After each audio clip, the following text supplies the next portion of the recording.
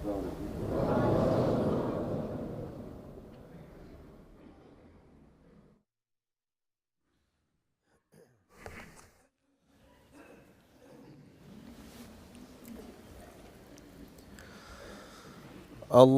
أكبر الله أكبر الله أكبر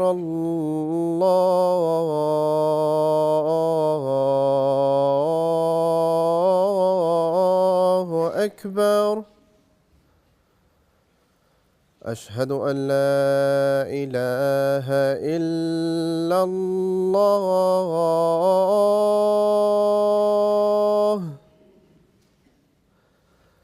أشهد أن لا إله إلا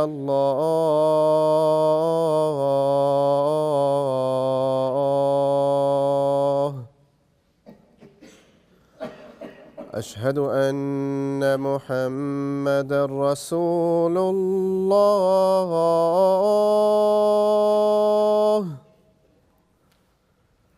أشهد أن محمدًا رسول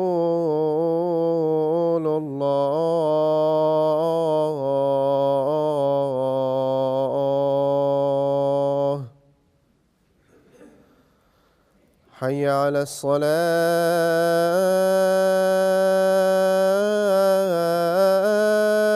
الصلاة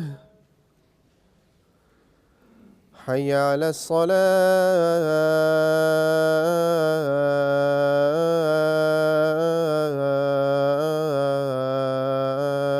الصلاة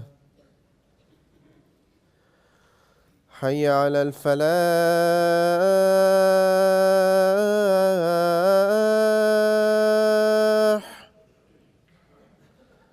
حي على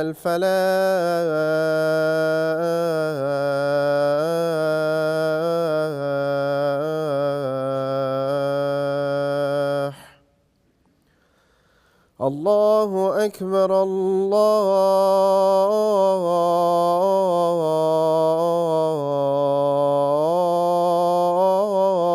الله أكبر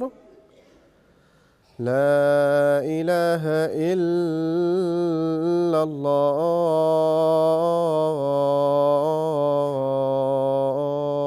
الله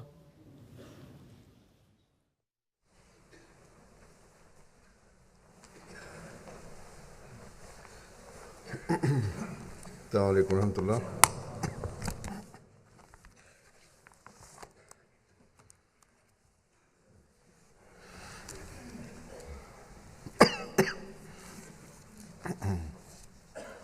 أشهد أن لا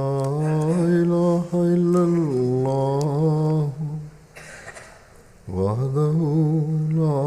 شريك له وأشهد أن محمدًا عبده ورسوله أما بعد فأعوذ بالله من الشيطان الرجيم بسم الله الرحمن الرحيم